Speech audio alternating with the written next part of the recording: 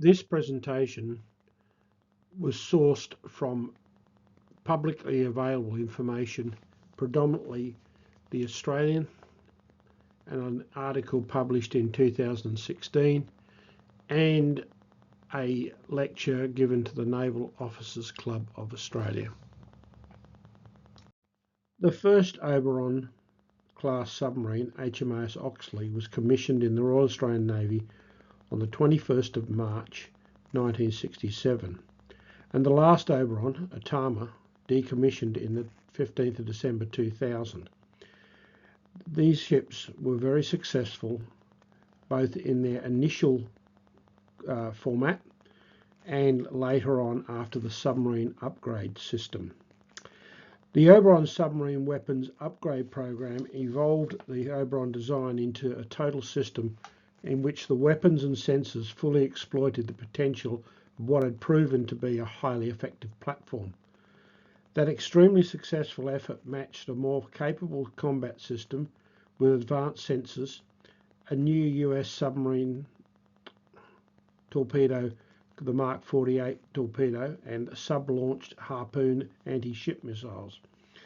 The first submarine completed its conversion in 1980, and the program reached maturity with the first Harpoon firing in 1985.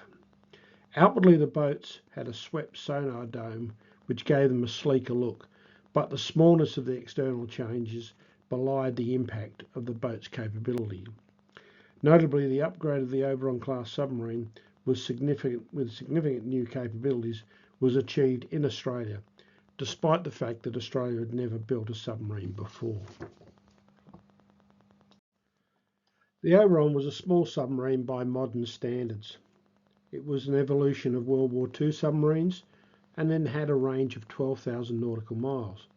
Despite the cramped conditions, every sailor had his own bunk, but as the following photos show, it was hardly a palace. The torpedo room and the forward accommodation.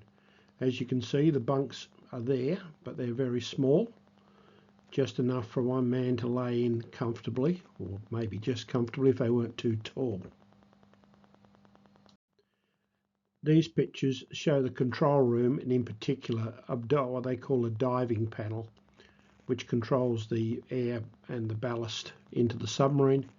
And on your right, the galley, and showing you one man in the galley.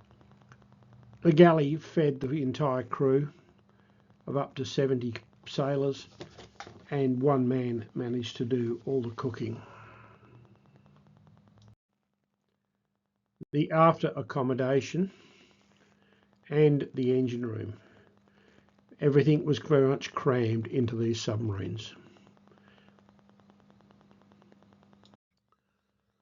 Many of us were quite surprised in 2016 when the Australian broke the story from the Cabinet Papers release of that year of a great untold story of the Australian Navy.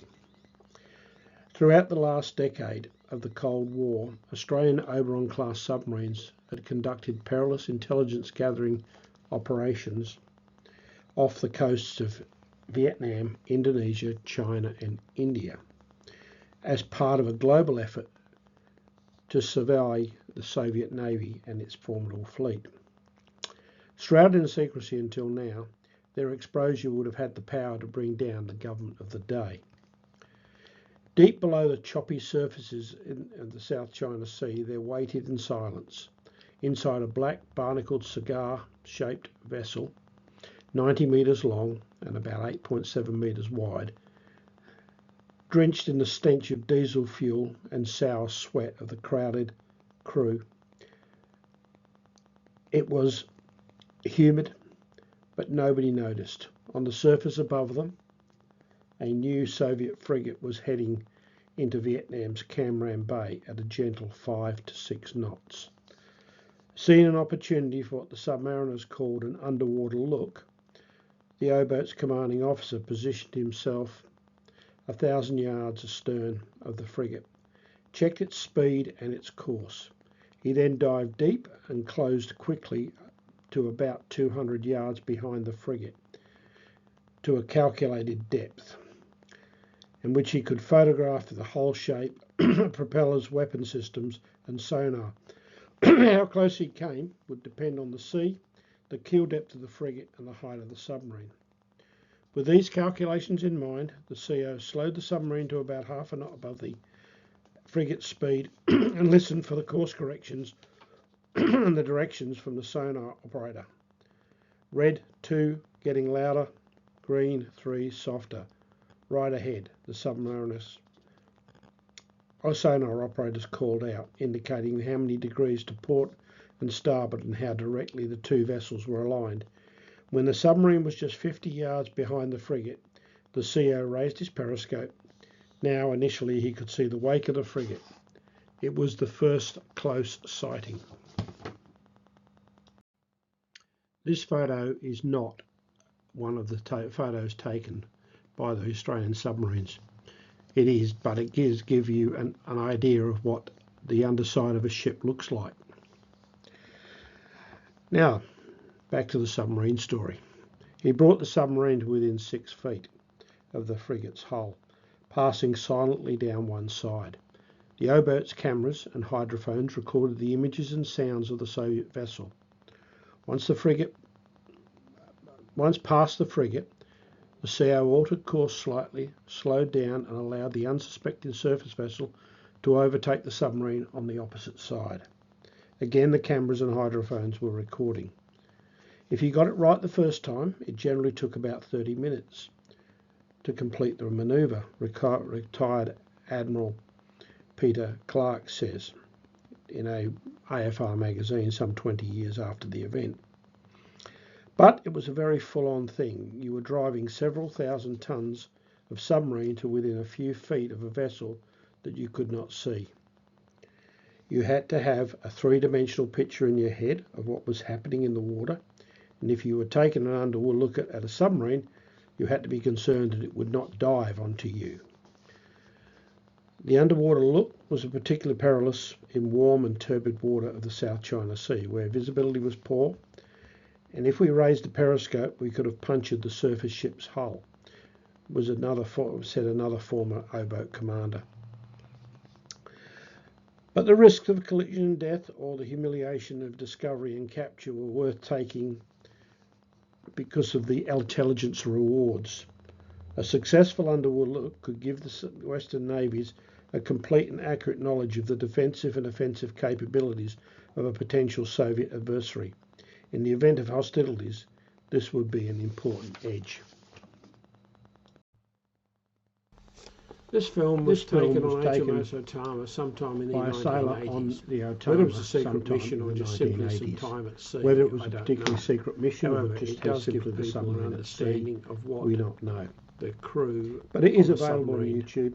Had to put up. It does give you an idea of what it was like to drive these patrols an Oberon class submarine. Now back to the story.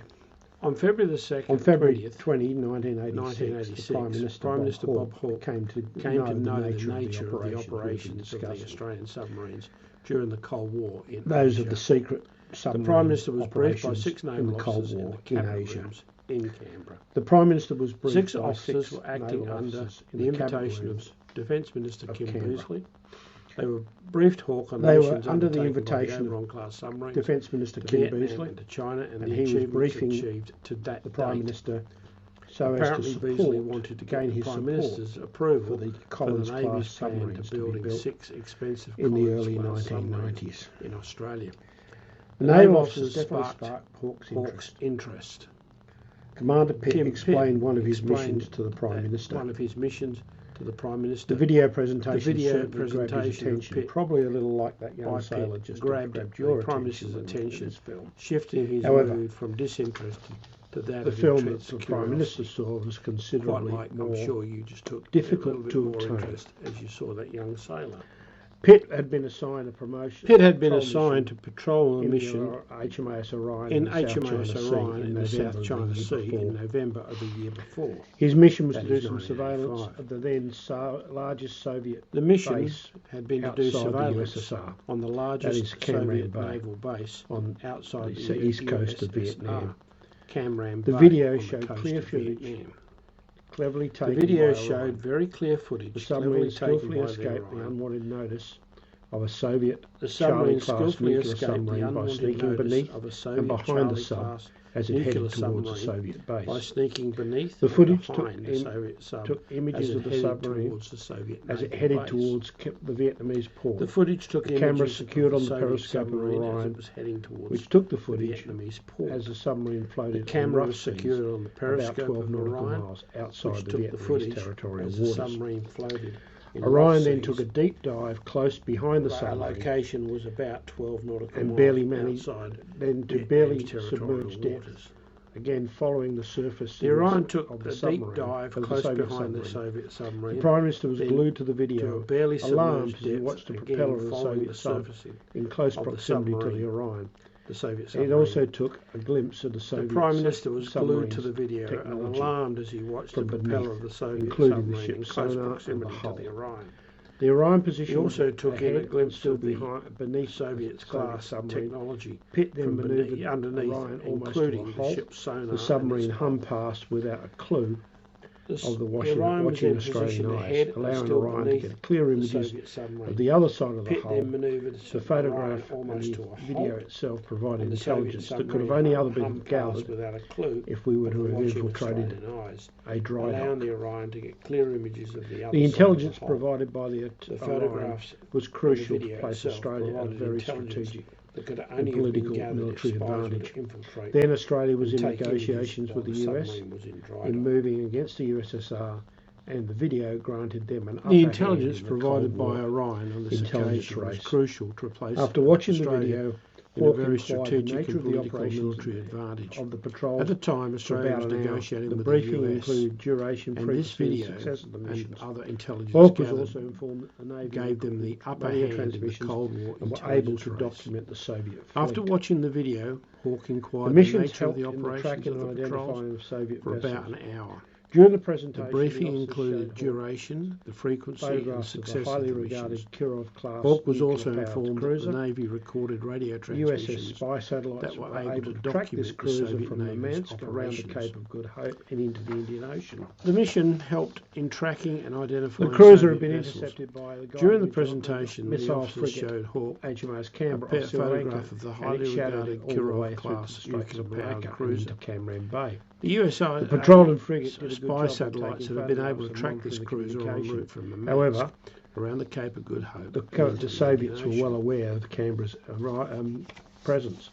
However, as the cruiser was intercepted by the guided missile frigate HMAS Orion, and Shadow which was lingering its there, way to the Straits of Malacca, waiting for the cruiser.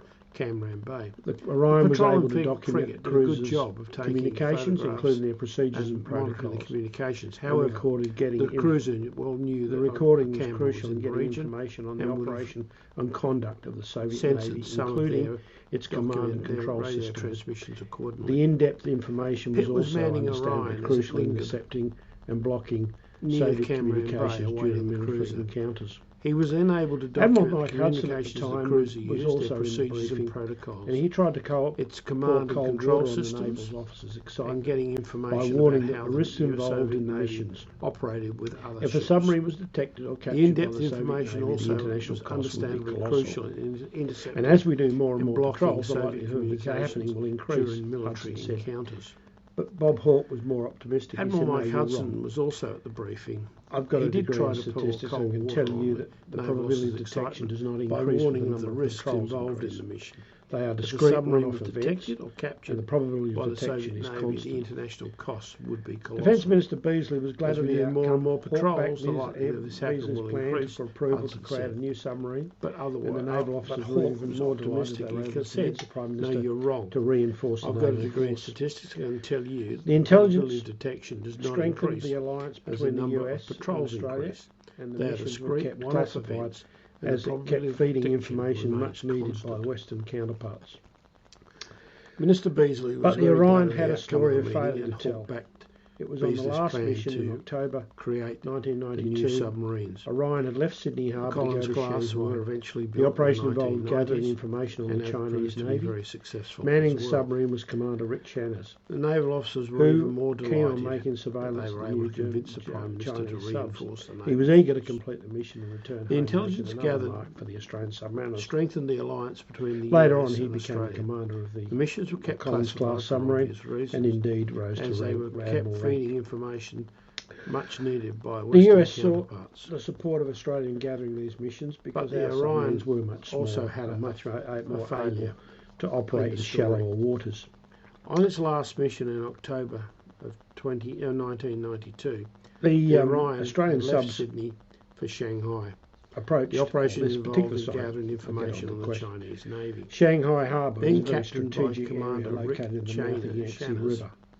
It is also China's biggest inland make port. surveillance on the new Chinese submarines, known to be in but the it area. has the problem of having so He much was eager to complete this traffic mission around there, and mark particularly another fishing boats Australian and ferries. success story.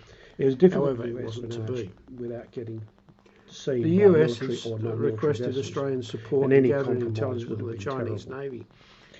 The The US subs Australian Navy themselves were had too prepared a large great deal for this to operate mission. in the However, shallow the best waters of East will China. in the world does not make it absolutely The Australian subs, possible to however, do were everything. ideally This particular mission, ideally small enough to sneak there were into too the many shallow civilian waters. fishing vessels around, Shanghai and they Harbour formed a was a natural very local strategic area defence located at the mouth of against the the Yangtze submarines River. It is penetrating also much China's closer. biggest mainland Obviously, harbour. the nets and The water other that feeds the areas Chinese and the fact marine that they're waters watching was the shallow nets and made murky. it difficult. Civilian vessels, such as local fishing boats Orion and did ferries, get tangled in were some also fishing lines, very and busy in that area. and as a consequence, Their they eyes were withdrew everywhere. from the operation. It was moved difficult away to from do Chinese territory. espionage without getting seen by military or non-military The boat was vessels. skillfully removed Any away, and detection nobody would was compromise able the to arrive mission. But when they left The Chinese Orion territory to was head for home, prepared it was a breath properly of for relief this for mission, that, but unfortunately they had not and been had able to some of the complete best their task. photographic and marine The secret technology for O-boat missions intelligence had gathering started in fitted. 1978, and they They ended also in had 1992. translators They were who cancelled could by the manage then and interpret Defence Chinese Minister naval in the communications Keating Labor as government, they gathered Senator in real Robert time. Ray, who, according to senior The mission, submariners, however, is proved more considered difficult panicked than the when one submariners of the had planned O-boats, for. Orion, became Civilian close to being vessels, detected. particularly fishing It's boats, considered we paid a high formed a price natural for the local cancellation, defence both in against terms of body of submarines knowledge in the area. we were developing, The local and in fishermen were terms of the watching their maintenance nets and capability. continuously, One of the and any veterans of the slight movement patrols of the had said. submarine could have attracted There were their in all curiosity, 16 patrols in alarm, 14 and years, attention. meaning that was an O-boat out In collecting fact, these intelligence fears were continuously realised. for part of Orion each was year. tangled in some fishing Two lines O-boats, the and Orion small and the nets. Tama, were designated mystery Side of the boats safety that of were his crew, specifically the fitted for captain well intelligence understood operations. the international and They political made most of the implications patrols, discovery but of Otway their and presence Oxley in also or near made secret territorial patrols. waters, Onslow as and well as others the were not purpose and involved, presence. He but chose to abandon the mission. were deployed to He detect manoeuvred the track submarine out of the Soviet busy shallow submarines waters moving into the less from the dangerous Arabian area around Gulf the South China Sea. from into the Arabian Gulf After he left Chinese from territories to Vladivostok head for home, by there the was Coral a breath Sea of fresh south of relief, Tasmania, for without, even though they across could the not Great complete Australian their Bight. They task. took this route to avoid detection. Australia's But unfortunately for O-boat them, missions, in many the cases secret they were ones, started intercepted in and 1978, observed by both and they either continued Onslow until or 1992. others. They were cancelled by the then Minister That concludes in the the Keating government, brief Senator on Robert this Ray, mission. who, according to the senior I hope you submariners, enjoy it. supposedly panicked when he was told this O-boat had become dangerously close to being detected. One officer commented, "We paid a high price for the cancellation, both in terms of the body of knowledge we were developing and in terms of the maintenance of that capability." There were in all 16 patrols during the 14 years, meaning that one O-boat was out collecting continuous information for each part of the year. 2 of the 6 O-boats, Orion and Atama, were designated the mystery boats or the sneaky boats, and they were specially fitted with intelligence operations. They made most of the patrols, but Otway and Oxley also made secret patrols. Onslow and Ovens were not involved in the deployment area, but they were used to track Soviet submarines moving from the Arabian Gulf and to Vladivostok and return via the Coral Sea. This route was used by the Soviet submarines because they believed they would have less chance of detection. They weren't aware that the U-boats, particularly Onslow and Ovens, were there to keep an eye on them. That concludes the presentation. I hope you enjoyed it.